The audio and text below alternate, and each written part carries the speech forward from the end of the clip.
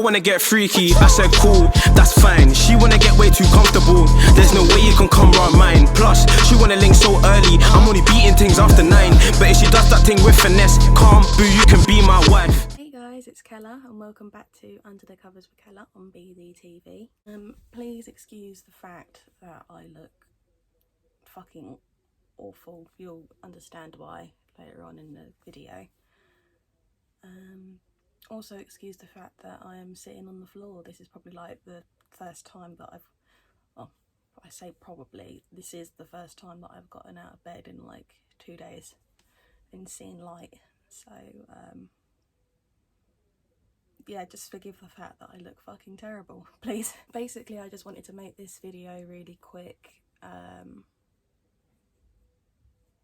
in regards to talking about my anxiety and my depression, because I think it's kind of, I say kind of, it is important to talk about. Something that I've kind of touched up on in my last few videos, but then I've kind of made it like a bit of more of a joke thing, so it's not really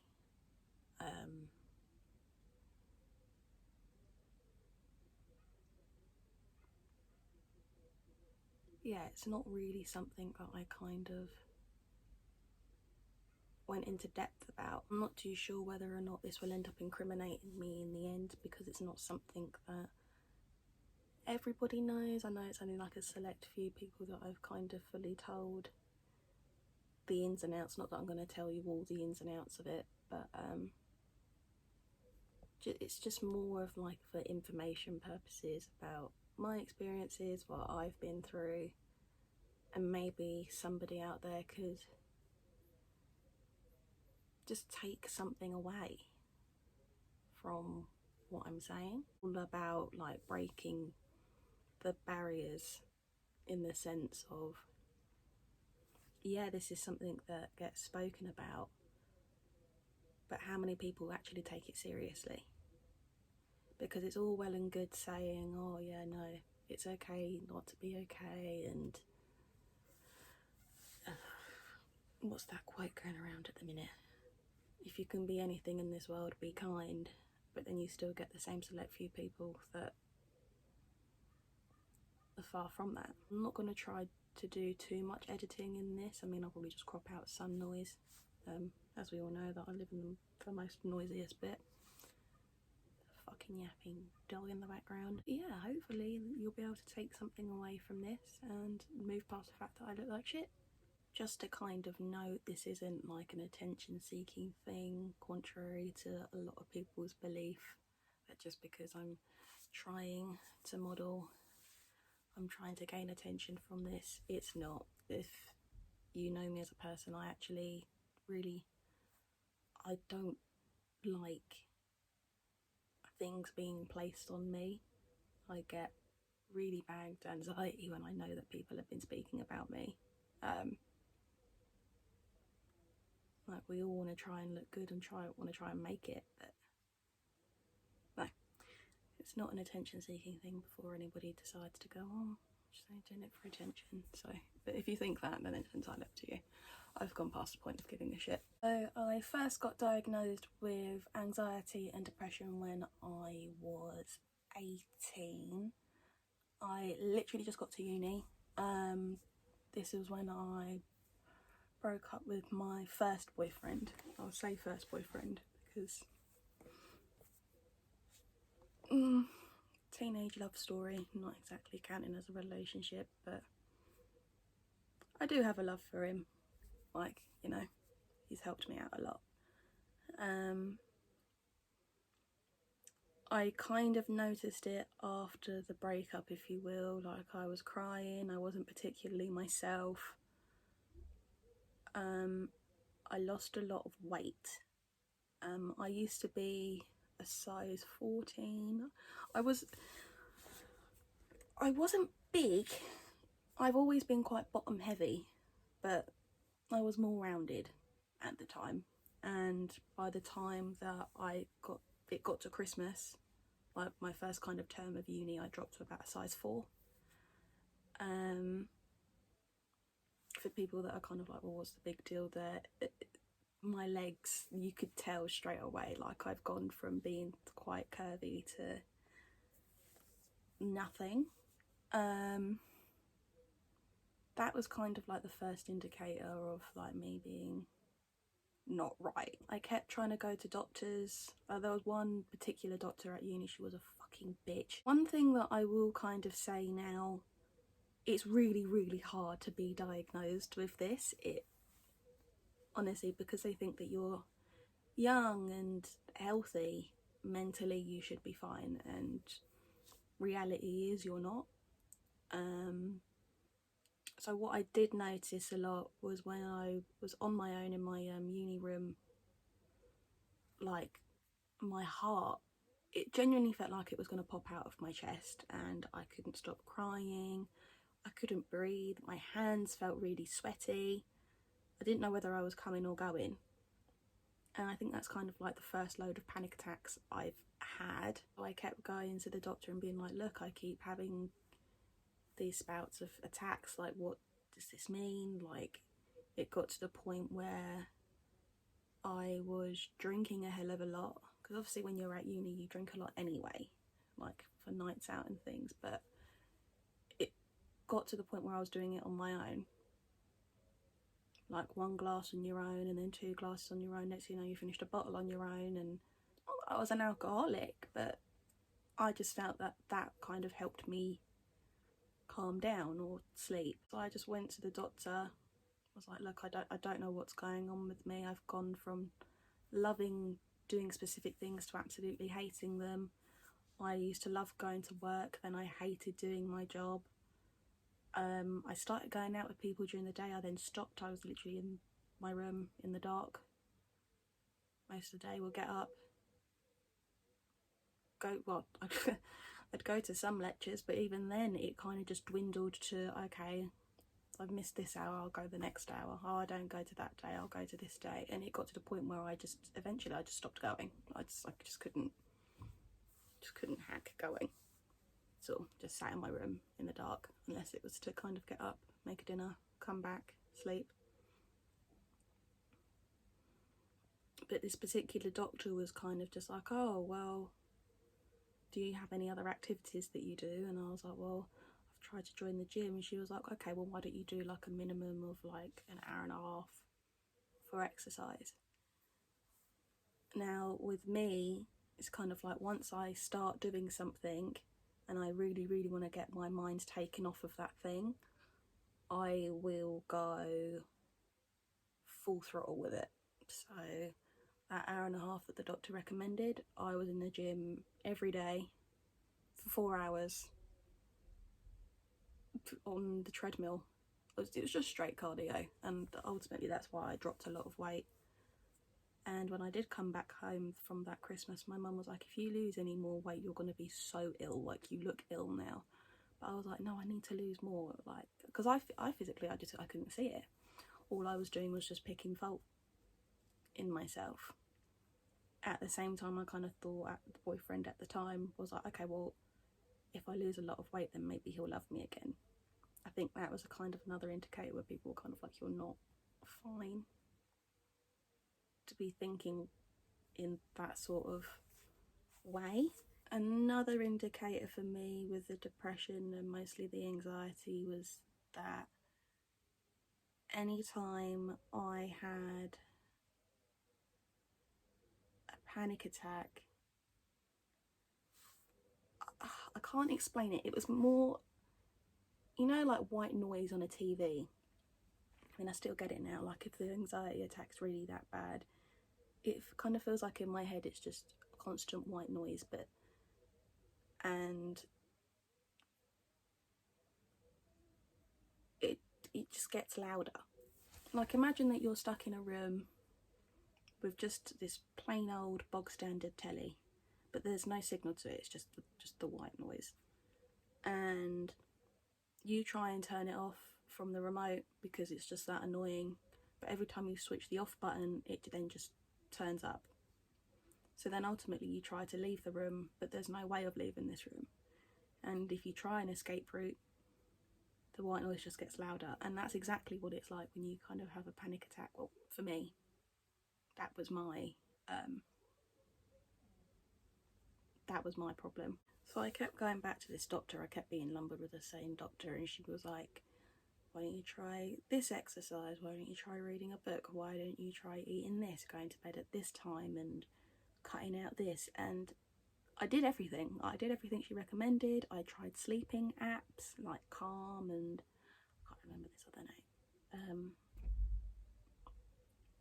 I did. I tried them all, but they didn't really. They just weren't hitting the sides whatsoever. And I kind of just felt like she just thought, oh yeah, no, you're going through a bad breakup and then that's it, you'll get over it.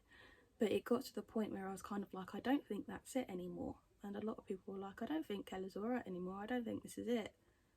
Ultimately, I did lose a lot of friends in my first year because I couldn't control my emotions or my feelings, and I didn't want to do anything. I lost a love for doing specific things. I think another reason why I was losing friends is because I didn't know my own emotions. I'd lash out, but I wouldn't lash out because I was angry at them or I was angry at anyone. It's just that I just didn't know how to control my own emotions. And obviously ultimately that's not fair on anybody. But because I didn't know what was going on myself, my ultimate jerk reaction was to kind of just push people away. And yeah, I think the first time that doctors finally took me seriously was when it was shortly after Christmas, my first year, and I took 84 paracetamols in one hit. I just had enough. The white noise got so bad. It's not even like a little voice in your head that tells you, oh yeah, you gotta do it. It was just the white noise was so bad, and I just wanted it to stop. I thought, you know what, you can't do anything right. You barely have any friends that want to hang out with you or spend time with you. You're doing a lot of things wrong. Maybe if this was to happen to you, then you'll be doing the world a whole load of good.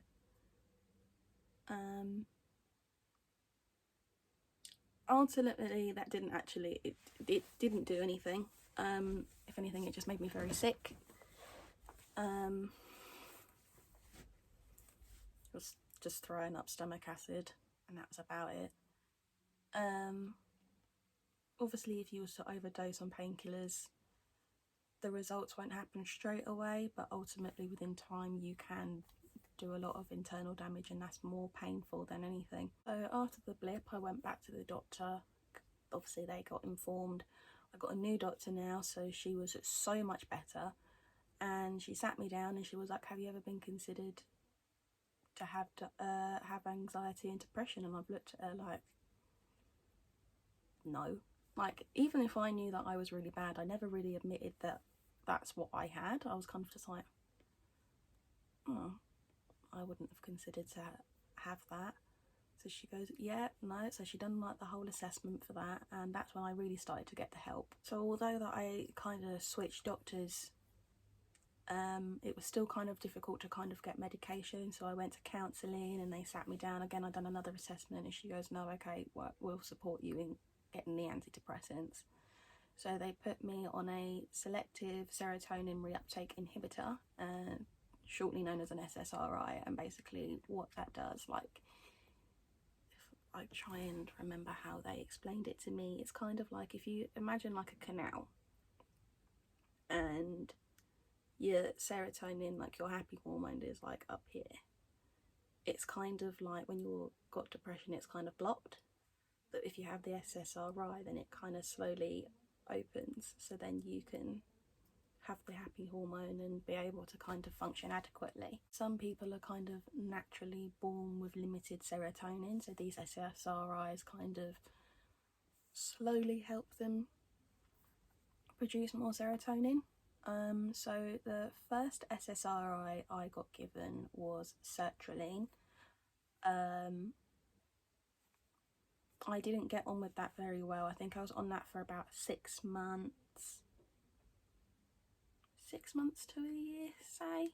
It just made me feel very sick. Obviously one of the side effects is nausea and headaches, but normally these side effects should subside after like 2 to 4 weeks, they kind of say. I didn't feel myself getting any better, like I just felt very, very poorly. So I kind of just said to the doctor, like, you know what, I don't think these ones are for me. What other ones have you got? So after the 6 months to a year, they then put me on citalopram, which was meant to be still an SSRI, but meant to be a little bit more mild in sense of like the nausea. But obviously I would still get nausea because it's an SSRI. So with this one I didn't particularly get any nausea. I just felt very tired. At the time I did have a vitamin D deficiency anyway, like mine was incredibly low for somebody of my age, but even when I was taking vitamin D supplements, I felt exhausted. Like I could sleep for a lot of the day. So example, I could go to bed, let's say like 10 in the evening. I would not be waking up until like 5 in the afternoon. Get up and make dinner, have a bath, be back in bed by 8, and it would just repeat. Like it was really bad, and it was like that for a really long time. And even with like work and stuff, I found it very difficult to kind of function because of how tired I was. And it's not like I wasn't getting enough sleep, I was getting too much sleep. So again, I think I was on those for about, again, 6 months to a year. Probably a little bit longer than that. And then just recently, when I say just recently, I would say up until like September, I've been put on to this other SSRI called fluoxetine. So far I'm doing alright on that. I haven't felt sick. I still feel a little bit tired, but it's not as bad as when I was on citalopram. But I found with the fluoxetine alone, I was still having really bad panic attacks. Like there was one time, well, there was a period actually, I'd say for about 3 weeks, I was staying in my mum's room because I couldn't be on my own. Like the panic attacks were like that bad, so I was literally just sleeping in my mum's room. I'm a big age of 21. Like how embarrassed at that time was that? So I went back to the doctor and they'd given me a beta blocker called propranolol. So basically what a beta blocker does, it slows your heart rate down, so you don't, like when you feel like a panic attack's going to come on, well for me it's a lot harder for it to come on, which I have found taking the two together it's really good. But the ultimate thing with a beta blocker, that yeah, okay, it slows your reaction time down, but ultimately it slows you down. So there'd be times where I was at work, and I work in a jewellery shop, I'd take things out of the cabinet, and then like, I'm not even joking, like a minute later I'd be like, okay, where does this go? Or my manager would be like, okay, look, Kella, this is what the tasks that you need to do today. And she would go into so much detail, and then she would look at me and she goes, none of that went in. And I was like, I'm really sorry. Like that kind of just, I don't know where the fuck it went. So we kind of had to come up with like a routine where she would give me one task, finish that one. Okay, you finish that one? Okay, let's move on to this one. Otherwise, like, my brain just got overloaded and I couldn't cope. So overall it's been about 4 years since I've been on medication. Some days are better than others. This week has been a really bad week for me, hence me looking as bad as I do. For the last 2 days I've been in bed crying, not really eating, barely drinking. I haven't even washed my hair in 4 days. Like, mind you, it doesn't look that bad, but I mean, thank God for dry shampoo. But I find like I'd say the littlest things to one person, to me it means a lot. So if I feel like I've done something wrong, I would try and do everything in my power to fix it, even though there's nothing really that I can kind of do. And that plays in my mind a lot, and then I end up thinking, you know what, I'm such a bad person, why did I do this?